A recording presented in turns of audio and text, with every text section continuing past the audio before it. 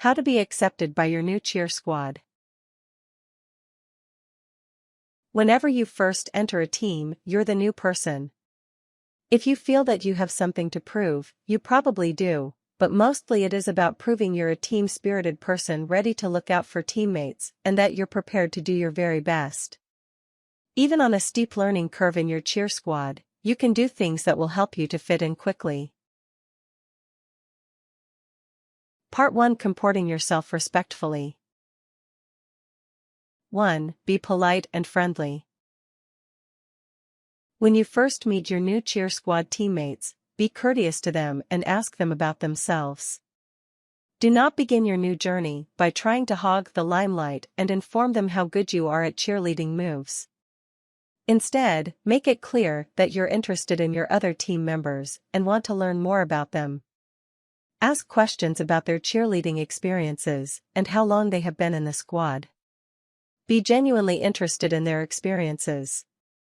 You may learn some very useful information from the very beginning.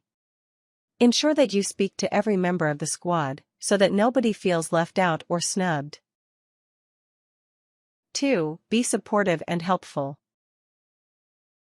During practice sessions, help your team members if they need it. Pass the water bottle, make space on the mats, and offer helpful tips here and there if you can see anyone struggling.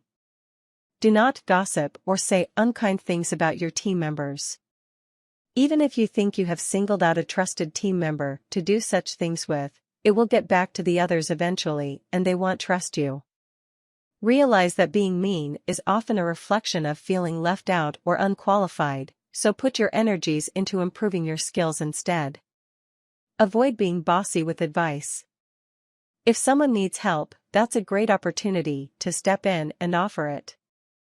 On the other hand, constantly asking your team members to change the way that they do things will soon grow irritating and they'll be worried that you think you know better.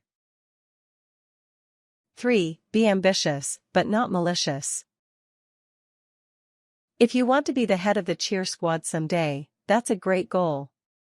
However, don't make this obvious from the start or constantly undermine the leader.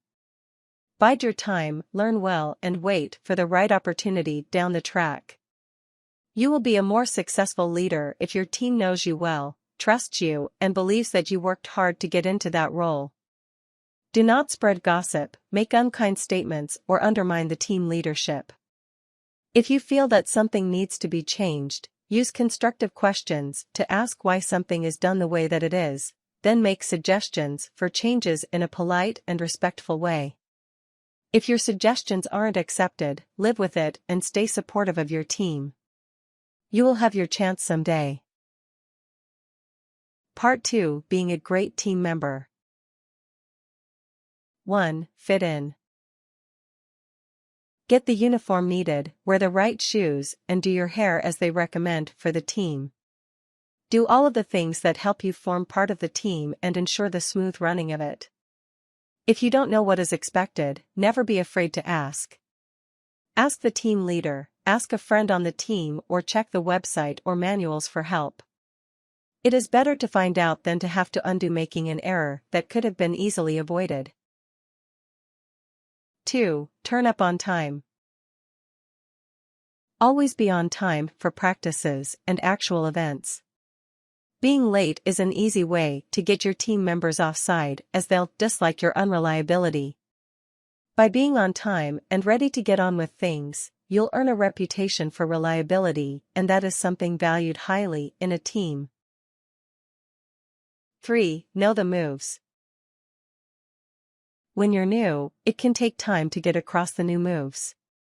Don't let this become an issue for the team, practice until you can do the moves well.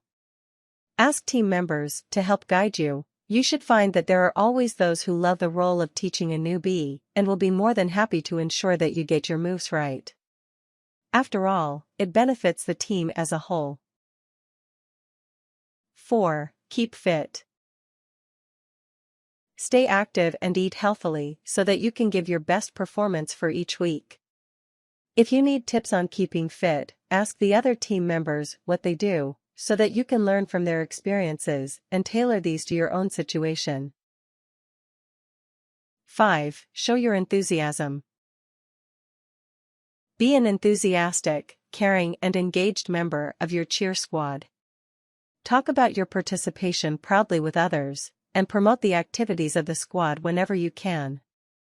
Always be positive about it in public and help others to see that you genuinely care about being a part of the squad. Tips.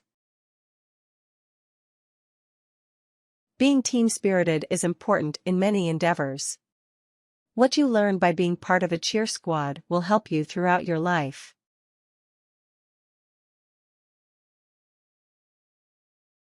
Warnings.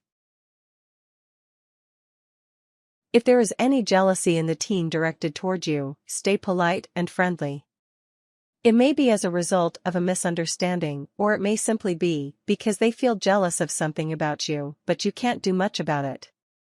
The best thing is to remain courteous toward them at all times, so that they can't see it getting to you, and eventually they'll realize you aren't going to react to them. If you don't like anything about the cheer squad, try to deal with it instead of gossiping about it or complaining outside of the team. Talk to the leadership of the squad, talk directly to the members, or talk to a coach or teacher, seeking a constructive resolution to problems. Your positive approach to seeking constructive changes will be viewed more favorably if you stay upbeat and keep team secrets mute.